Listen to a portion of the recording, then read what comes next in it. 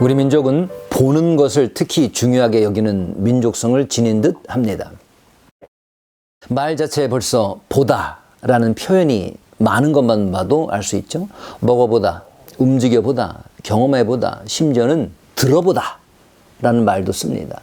듣는 것까지도 눈에 뭔가 보여지는 게 있어야 제대로 들었다고 생각하는 모양입니다.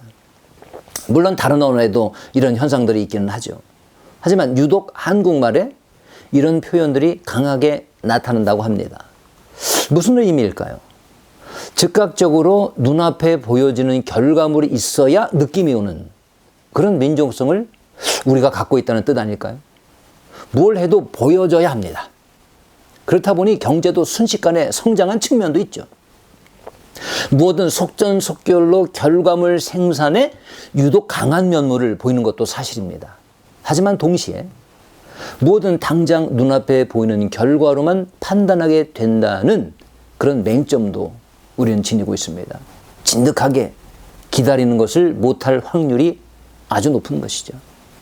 그런데 이게 우리 민족만의 특성이라기보다는 정도의 차이는 있겠지만 사실은 연약한 우리 인간의 보편적인 특성입니다. 그래서 이스라엘 백성은 출애굽하고 광야에 들어서면서 제일 먼저 요구했던 것이 바로 무엇이냐? 눈에 보이는 하나님을 요구했었습니다. 하나님을 만나고 계명을 받으러 올라간 모세, 그가 속히 내려오지 않자 이스라엘 백성들은 불안해지기 시작했습니다.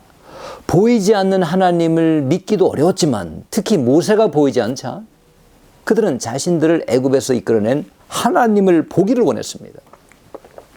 그래서 모든 백성들이 금을 모아 부어서 송아지 형상을 만들었지 않습니까? 그리고 그 형상을 보고 아론은 너희를 애굽 땅에서 인도하여 낸 너희의 신이로다 라고 선포하고 이 앞에서 여호와의 절기를 지냈다고 합니다.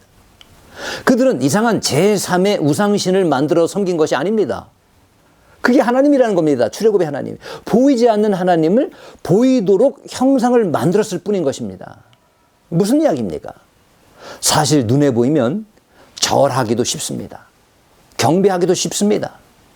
그런데 하나님은 하나님 자신의 형상일지라도 절대로 시각화하지 말라고 누누이 말씀하셨습니다. 쉽게 눈에 보이는 하나님을 만나려 하지 말라는 뜻이죠. 아니 무엇을 봐야 믿으려는 방식으로 신앙하지 말라고 신신당부를 하신 것인데 우리는 봐야 믿겠다는데 우리 본성이 그렇다는 것입니다.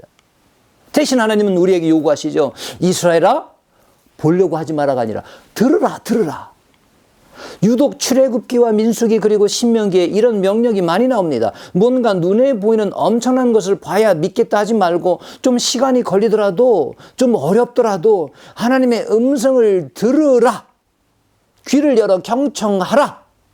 라는 명령인 것입니다. 시편 29편이 바로 그것입니다.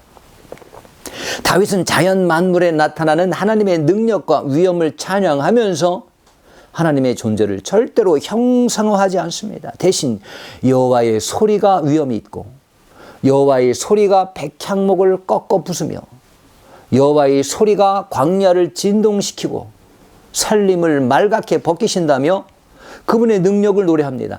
다른 시각적인 표현 다 놔두고 왜 굳이 여호와의 소리?